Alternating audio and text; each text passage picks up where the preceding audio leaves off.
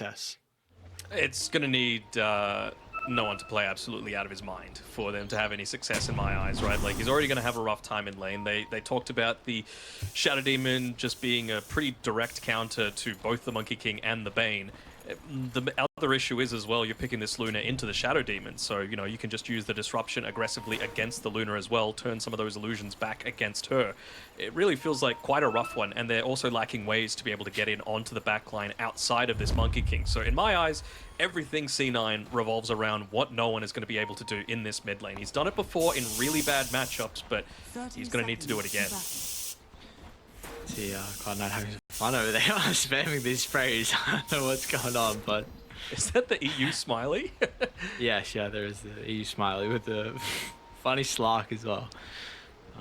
But yeah, I know you said in recent times, in fact, recent as yesterday, where we actually did see the Monkey King from no one up against a sniper. And that's nothing to say. He's no slouch. Fishman is dead. A very awkward position to be in, and you hope you don't give first blood over to a hero that has a very good matchup in the mid lane, and it looks like that might be the case if Topson finds it, and he does, so... oh no. It begins. It begins indeed. A lot of tips. So, again, yesterday we did see no one play against a sniper. He got solo killed. Who was playing the... It was nothing to say, right? It was G2IG. So, he got solo killed, but then we did see the Monkey King be a really big issue for G2IG in that game. A lot of rotations across the map. There was against a Wind Ranger as well, and we saw kind of G2IG's draft struggled versus the heroes from Cloud9 to be able to get on top of these kind of squishy heroes. We'll see if no one's going to be able to do a similar thing this game, because you've got first blood now on top. So. Yeah, and that never is easy. Like, he's just going to be bullying him constantly. He's already got the Wraith Band. He just wants to be right-clicking him as much as possible, and he's going to even just have that additional armor to play around with the Weave innate ability as well coming through from the dazzles. So it's a rough one for sure. That's the other thing too. It really does enable Thompson's playstyle to this just having the inbuilt heal, right? That can not only deal damage but also keep yourself in the creep wave very healthy. You can go for dives underneath towers, you know, cop a couple of tower hits and still be perfectly healthy. I'm keeping tabs on this mid lane. This doesn't look fun. It's miserable for no one. Alright.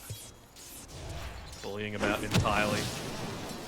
If he has any sort of anger towards Fishman, I'm sure you got to keep it hidden because he's already made a hard lane into something much, much worse. Let's have a look at some of the other lanes, because I don't think we're going to see too much action coming from no one, at least for the little bit. Watson, you can't fault the amount of net worth that he was able to get last game, right? Man always gets his farm, especially with this Luna. He's always been an incredibly good Luna player.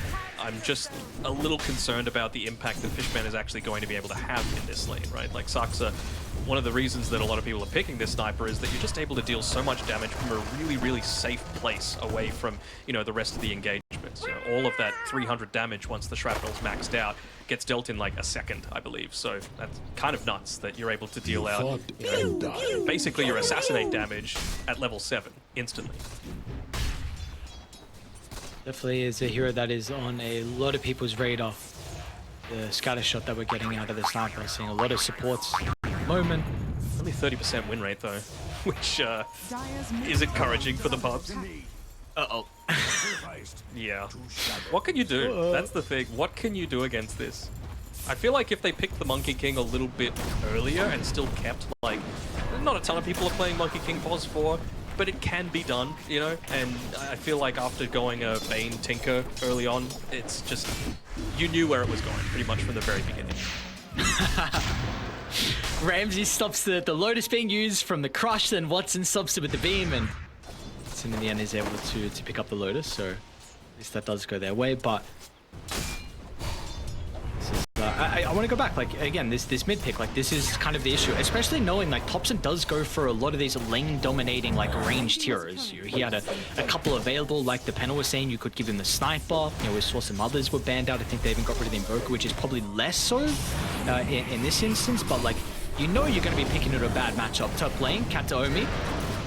Couple of poison stacks, and this should be a kill onto the position 4. We see DM's trying to do whatever damage he can, but we'll have to go for the Corey snipe instead.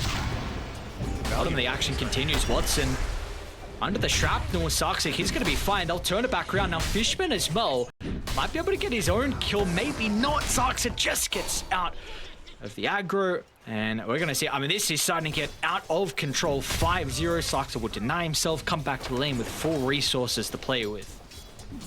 Yeah, it's really not looking good from the very beginning. 2k net worth lead, already 4 minutes in, and you don't really see too many avenues for that looking to change. I did like the Underlord pick a lot coming through from C9 because it addresses a lot of that physical damage that you're going to have coming through, not only from the heroes that were picked at the time, but even Dazzle, a lot of his abilities are physical as well. So just having that Underlord there to be that extra layer of protection is going to be very nice to be able to play around, but it's going to take some time for him to be able to get into, a few of those item progressions. Probably won't be going to Greaves either, like the panel was mentioning, because you've got Kataomi that's probably wanting to go down that route. In regards to the Monkey King, like, is there a lane that you would prefer maybe no one to consider about rotating to? Whether it be the top or bottom? We're actually going to see that be the case. Bottom. Say bottom. Yeah, okay, great answer. Thank you very much. Perfect timing. Ramses, they see an opportunity with him moving a little bit too far forward, but the boundless off the mark. Maybe not going to have a threat onto Saxa because Thompson will actually mirror this. Fishman a little bit too far away to go for the deny. And the top lane Whitemon, they might also be able to get the Shadow Demon too, so both side lanes being able to pick up some kills for Cloud9. Even just using a scan just to see if Thompson is looking to rotate through, but he's just so damn fast with all of that net worth that he's already claimed that he's going to be able to get back to the lane pretty much at the exact same time as no one. Of course, he needs to be healthy to be able to take advantage of that Simian stride in a big way. And you can even see just Whitemon looking to keep the pressure up, refilling the bottle, making sure that that lane is heavily pushed in so that it's going to be a really easy power room for Thompson to be able to claim. And what a time to potentially put damage into the tower as well. You've got 3 range creeps with a catapult wave. They found him. Oh, one day actually, they saw him as well. The balance kind of giving them a little bit of vision. Katomi's going to try and run Thompson down, but I don't know if Katomi really wants to be here. It's going to need to be, though, just to be able to clear out those creeps. Yeah, Fishman, much better rotation coming through from him, yoinking away the regen rune and, putting a little bit of a dent in the plans for Thompson to keep this bullying up. Does bring a lot of attention away from the side lanes as well, so even though Watson isn't necessarily in the lane, he's got freedom to be able to go back and know that he's not going to get roamed on and ganked at this stage. Surely, is he going to stay here for 30 seconds? That one's kind of... Something's up. Oh, nice scan. Nice done. Dude, everyone knows. Who's the buy? Looks like Ramsey's starting to run over, and yeah, exactly. I mean, already poisons up to a couple. Please don't feed the Courier. That will not happen in the end.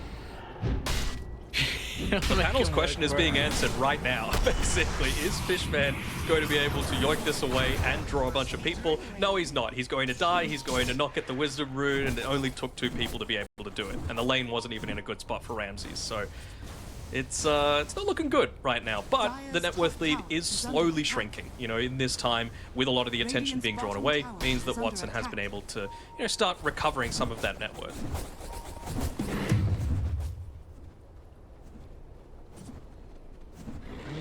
Sure, the net worth is looking okay at the moment, but we'll see. Maybe this game can blow wide open. Like, what do we... Okay, Saxa just finds Watson in the bottom jungle. Yeah, I mean, if he hasn't been in the lane for like the past 2 minutes, that's probably where he's going to be, right? The safest, quote-unquote, place on the map. And so not only do you get a kill, you're also getting a tower at the same time. It's a lot of XP just being lost underneath the tower. This is a disaster for C9 at this stage. Is once again going to move on over for the 8-minute rune. Double damage rune that spawns up top, and another kill probably for them to find Shrapnel. All the spam from Saxa. And it's just so frustrating, the spells that Tundra can cast. Now Pure's going to be here with a double damage rune as well. Doesn't have the ultimate, but it will not matter in the end. I don't think they even need to go for this dive. Just take the tower, open up the map. We know from just seeing C9 last game, and I'm sure it's something that Moonmeander, their coach, would have been keeping an eye on. Tundra want to make sure that they're taking away a lot of this stack farming potential from Kataomi as quickly as possible, because he was the one that was looking most dangerous for them in game 1. Take away that potential, make it a lot easier for you to invade the jungle and steal away some of these stacks. Goes a long way towards a victory that's already looking pretty likely. see if they're going to be able to defend this or maybe even protect DM's life as well. Assassinate's going to fly out. Thompson almost been able to get in range. There is a reaction coming out of Cloud9 though. Saxa might roll back up to the higher ground when no one... The Katsuomi is set up. Go for the stacks. They saw no one. Yoinking the stacks as well. They're going to force a response here. So not really in a position to be able to help, but he does have the Eclipse leveled up if he absolutely needs to. Fishman as well with the Pincer movement. They're going to be able to get the Fiends get in. It's looking a little bit messy from Tundra. This was, along with the damages being split on multiple members of Tundra, so no one's really weak at the moment. Now Rams is able to continue the chase up to the high ground, and we saw previously in game 1, that was a big advantage from Cloud9 to be able to defend their triangle, but this game, it's just not the case. They'll lose 3 heroes and they'll lose the stack as well. You just see how scared Watson is. Like, they've got complete vision on him as well. Whitemon, his warding has been on point. You know, just covering the lane, covering the jungle, giving understanding of exactly where he was farming when Saxa got that solo kill previously. Is looking really good for Tundra right now, and you know, despite the fact that Watson, you know, with the changes to the Luna, getting Luna Blessing as the innate, you can actually look to join and not just be this farm bot basically these days. With the Eclipse leveled up early, he still felt so anxious about joining in because of how far behind they are in net worth. No points in the Luna orbit as well, and he's potentially getting dived as well as soon as he walks back into this lane. Pretty deep though. So gonna make the attempt. Watson tries to do his best to turn around with the Eclipse. Okay. It's going to net them a kill onto Ramses, and hang on a second. You needed a couple more heroes. Just a lot of respect. Well, this is a maxed out beam that Watson has, and okay. That's what you're able to do. I'm very happy that you're able to, you know, bring what we said into reality, because you've got to be very cautious about diving people at that stage. Top lane? Okay. Not bad. You need those little, the little 1%ers. Just, yeah, freebies. Exactly right. Giving them the freebies. And your Watson 30 net worth now.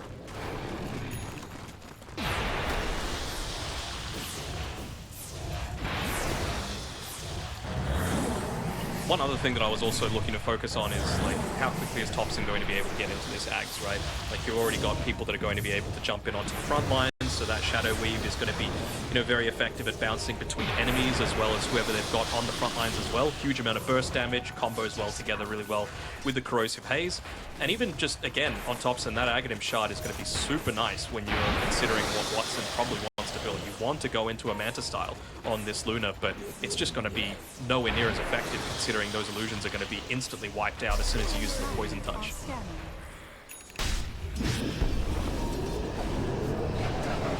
Going to be played down bottom though, once again, trying to pick on Ramses as best as they can. The extra control coming through from the Atos from DM, and they're clicking a little bit. That freebie starting to chain it into another. This is maybe something that we can continue to see be the case whenever Fiend's Gate is available for them, but we are seeing Tundra look to try and set up around top.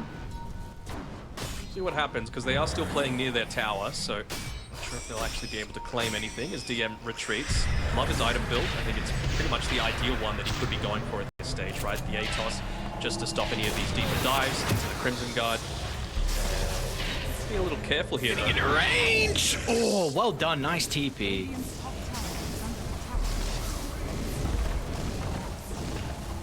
And they've still got plenty of scaling left on this Underlord, right? Just the 1 point in the Atrophy Aura at this point could be scaling up to that 30% damage reduction against all that physical damage again, right? So it's going to be something that they're going to need to consider.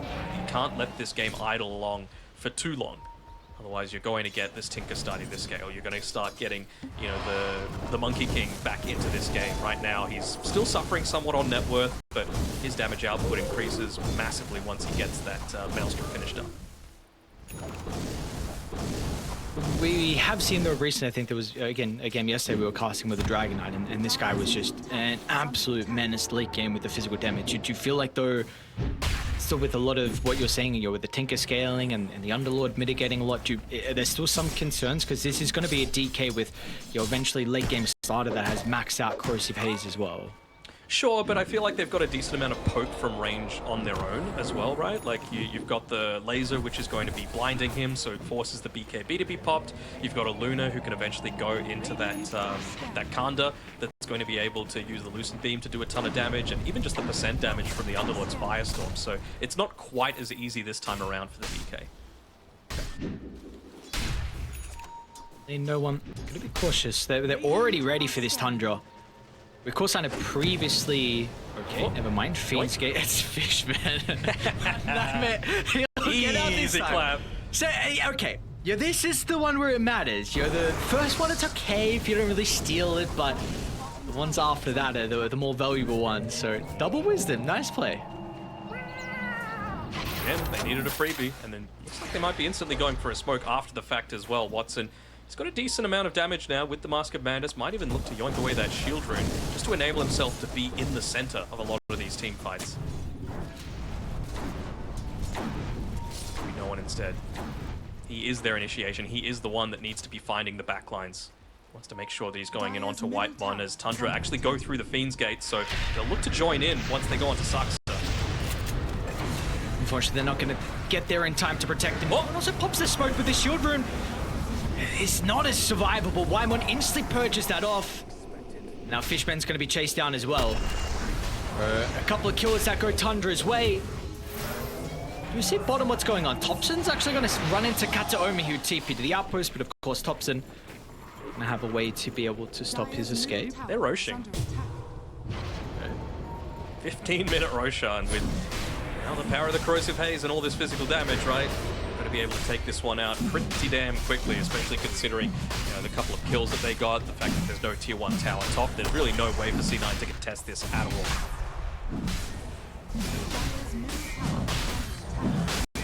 Just becomes a matter of like, what are you actually getting in return as all this is happening, right? Kataomi, he's got the Holy Locket, starting to build towards the Greaves, but just a little bit slower than last game. He's certainly not too far behind in net worth on this Tinker, but you need to be crazy farmed if you're looking to try and catch up at this stage. Same sort of thing with the Luna. You're going to need to get very creative about where exactly you can look to farm, and he's actually walking underneath an active Watcher, so going to think about rotating back towards the triangle to be able to punish this? To look to waste time, or is it just about pushing into these towers? You want to pick on Ramses again. See him come through the portal. Got the Fiend's Gate at the ready. Needs a grip as well. Like they should be able to hold him inside, and yeah, probably didn't even need the gate, but just in case, DM will be here and Watson's here as well. So the tower's going to go down. Looks like that'll be the only objective that they're going to be able to find. But again, Ramses, 4 deaths to the moment, so they sense a bit of a weakness, at least in a lineup, and they're doing a pretty good job to be able to continue to punish that. Net worth leads only 1,000. Cloud9, honestly, with the start to the game, are doing a really good job to stabilize. Under the tower. Watson, they've got to run forward. I mean, they're boundless onto 2. Now they've been able to isolate Saxa. Very nice use of the concussive grenade, and Thompson should be able to hold Fishman into place. There's going to be no escape. Once this Dazzle is raining spells onto you, are not escaping without a doubt. So I mean, kind of could have been very messy though. You were farming deep on Dire's territory with the Observer Ward up on the high ground. Maybe an opportunity for Tundra to get more, but it's just the Bane that dies. Not sure what happened there. Saxa had the opportunity to use the Assassinate onto the Luna to be able to interrupt the TP out, but maybe just thinking that he was a little bit slow on the trigger. 3-second TP, 2-second charge up of the Assassinate might not have given him enough time. Do we want... I know he's not this game, but were we hoping Saxa went for the Baboka sniper build? The old Mjolnir Daedalus position for sniper. Nah, I'm on board with this. Like, it's a good balance of being able to like get Wraith Bands, make sure you're taking advantage of the fact that you've got that Corrosive Haze to be able to play around and all this physical damage, while still being able to go into stuff like the drums, the Boots of Bearing, just to buff up your team even further. Dire are scanning. Okay, in for They're Thompson. hunting. They're trying to find Watson at this stage, but he's doing a good job. This cat and mouse isn't going to be that effective at finding people out. Omi might step into the lane, but he's really nice at playing around the tower and playing in these safe spots. Right now they're just playing around their vision, right? Top half of the map is pretty much blank for Cloud9. A couple of observer wards down on the bottom half, and of course that valuable tier 2 tower as well to be able to play around with. So again, delaying the game out quite nicely. Net worth lead still shrinking despite it being up against an Aegis, so they haven't really taken too many objectives off the back of this so far. Yeah, again, everything you're saying, just very impressed with how they're still in this game now. No one's positioned between the T1 and T2 tower. They're avoiding these movements. Towers are still going to go down eventually once the creeps connect to the Tier 2. This will be expended. We'll see if they want to stick around though. Elder Dragon form is about to expire.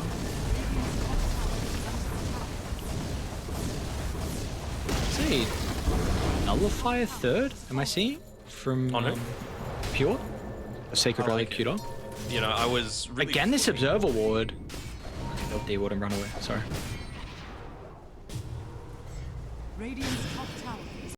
Fishman will be chased down. At least he's going to die.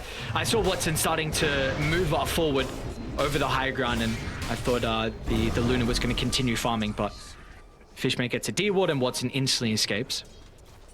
So I was wondering if it is going to be a Nullifier game, considering you've already got the Shadow Demon right, but maybe they're just saying, look, we don't want to put too much pressure onto Whitemon. Obviously, his disruption is going to be incredibly effective against the Fiend's Grip, so we'd rather just him stay completely hidden, out of sight, out of mind, just not in the team fight at all, and then force the stuff like the Defense Matrix, like the Nightmare, like the Monkey King, Jingu Mastery, not to be coming up, right? And even just the Crimson Guard that DM's been able to achieve, that's going to go away too. DM is sticking around inside the top lane. And the rest of Tundra is starting to rotate as well. He, without a doubt, is dead. Make him work for it, maybe give him an opportunity to be able to get the Tormentor for the contest. And it will be an Ag shot for Fishman. So outside of Thompson, they are very single target focused on Tundra. That's the other thing that I was really looking at. And you do have ways to be able to deal with it, you know, like the Solar Crests, the Defense Matrix, all that sort of stuff, even Solar on Fishman as well. But again, that just gives even more argument towards going into this Nullifier, right? If you're putting everything up to try and protect one person that gets gone on because that's what your draft is looking to focus on, then yeah, Nullifier just stops that in its tracks entirely.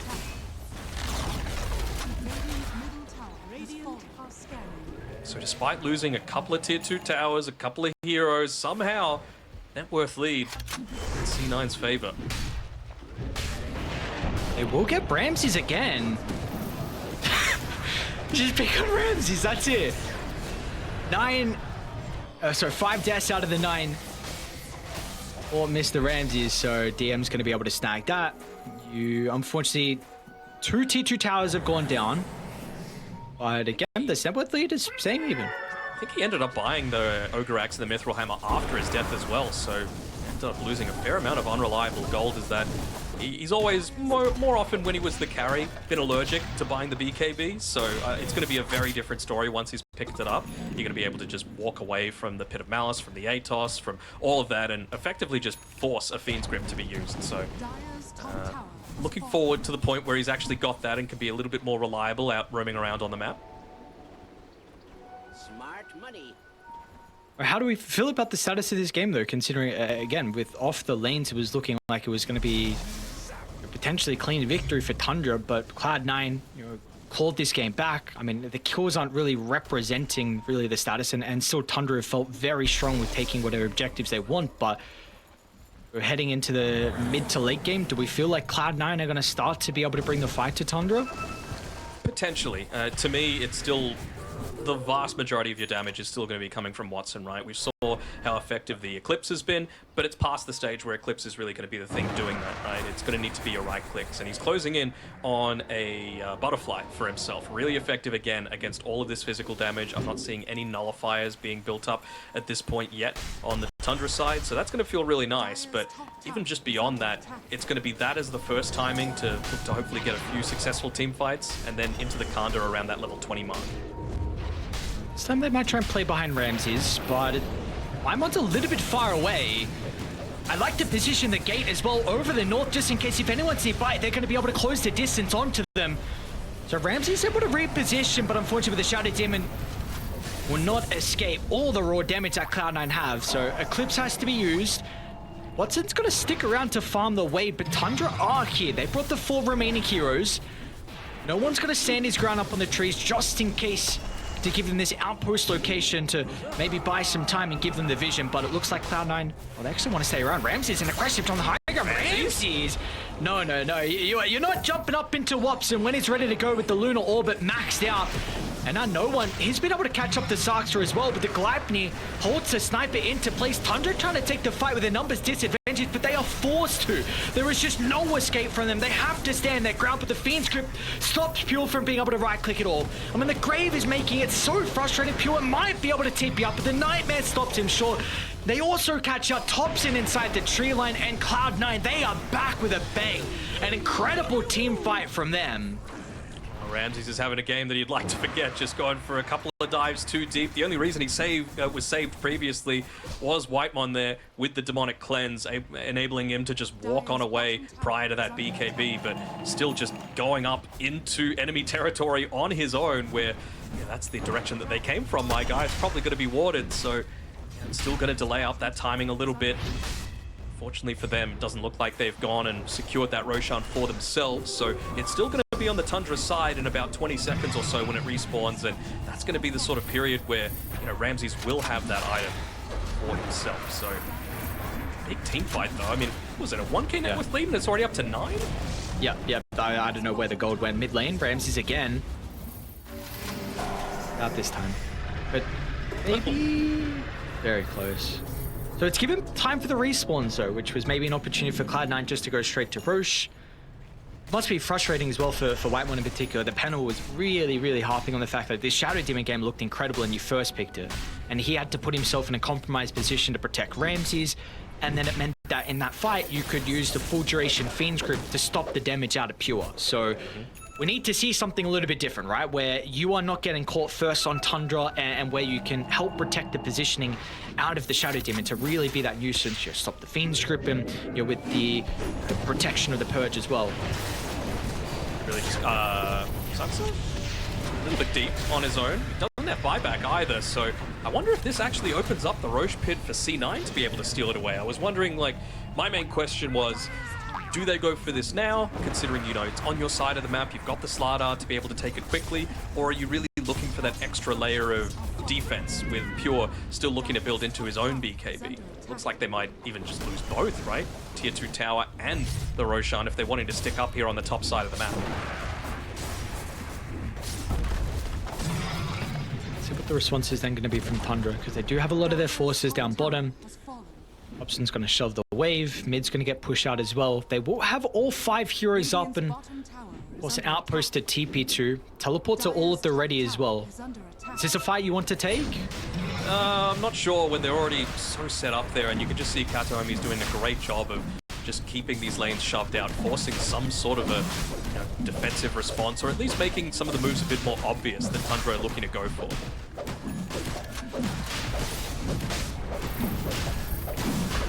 Did not see this being the progression of things.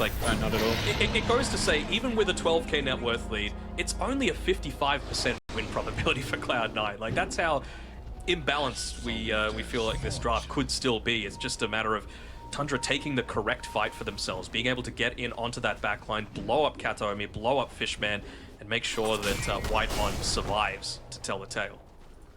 But it's so crazy the fact that no one's net worth is higher than Thompson. And Thompson, first blood and then solo kill into the monkey. But we really saw, him to be able to get back in this game and the opportunity with him and the Fiend's Gate just connecting together to deal with the Slaughter. And now you have a Monkey King that is actually able to play Dodo and can really be a big issue for the Sniper, the Dazzle, the Shadow Demon on the backline. We see how he's itemizing BKB, Gleipnir, along with the Akshar can really help out with the positioning. So you were not hoping, at least Tundra's position, weren't hoping the Monkey was going to have farm, but that is not the case now. I wonder when they're going to actually go for the Tormentor as well, the second Tormentor on Tundra's side. Thompson, he's avoided buying the Aghanim Shard for himself for the longest time. You've already got it on both of the supports right now on Tundra, so he will be a chance to be able to get the next one, and that is going to be pretty damn effective, just as an extra layer of lockdown. I've seen him use the Poison Touch a few times onto the Lunar Illusions, and they've stayed perfectly healthy. So if you could just wipe out 2 Lunar Illusions and provide a little bit of that CC, it's going to go a long way towards your victory. And I'm walking down mid. I want to look to go with the smoke. No one flying through the trees to give them the information. Tier 2 tower siege is going to be the call. No one's got a great position along with the ward.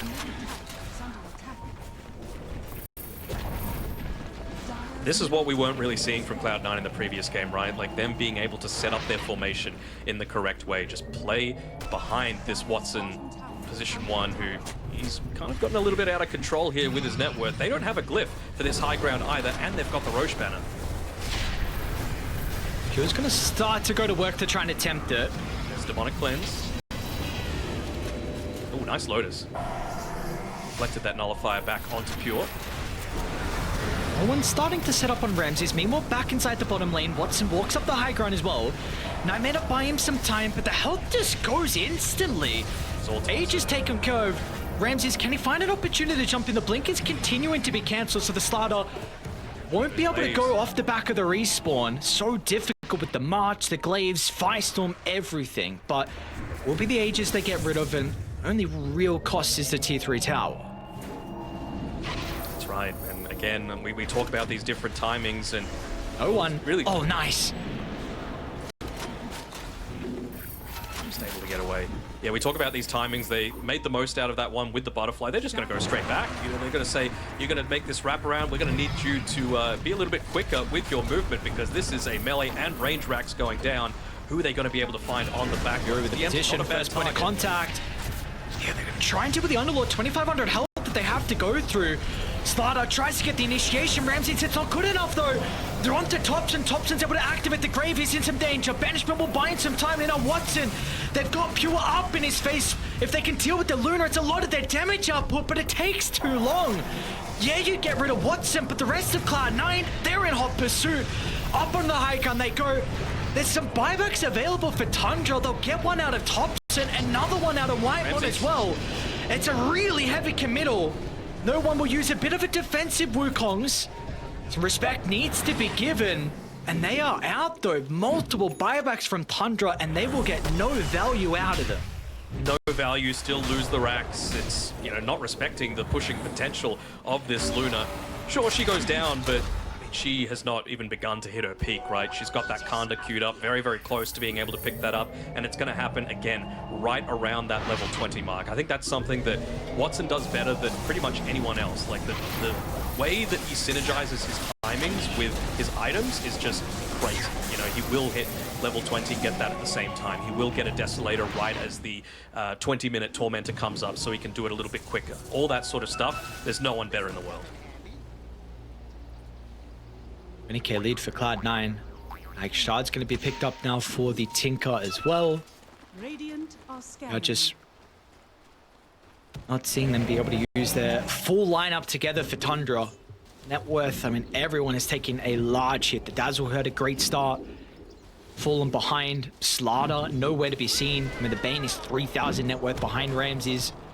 The DK, the only person with a lot of net worth, seeing some difficulty with Pure to actually get the damage out they require from him inside some of these fights. I'm just looking at what the vision looks like for Tundra right now, and it's very defensive. You know, they've got clipboards at the moment, realizing that, you know, C9 may look to try and push their advantage while they can, especially now, again, that they've hit these big timings. You've got level 20, you've got the Kanda, you've got the Butterfly on no one as well. So will they be able to catch someone out again if they can find Ramses another time? Potentially a 7 death here. Ramses' health will just evaporate. The Grave's going to be there.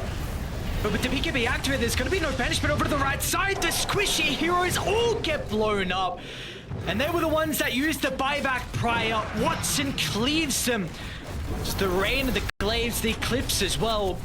And that's probably just game. All you need to do is rally around your strongest hero, and by far, that is Watson in this game. Pure, he's going to try and get away for those bouncing glaives. Catching up to him. Just going to go for the throne. Why not? No glyph, tier 4 towers, and of course there are no 2 heroes without a buyback. Look at those glaives. GG. Okay, there we go. Third time's the charm. So we'll get a 1-1 for our first series of the night. Tundra looked very good in game 1 and also to start our second game, but they just were not able to utilize that advantage. They were not indeed, and really, I'm surprised at how kind of felt like this one slipped out of Tundra's grasp, right? Like they still had a very, very healthy win probability, even when they were behind in net worth, but they just weren't able to get enough objectives out of that Aegis timing. They weren't able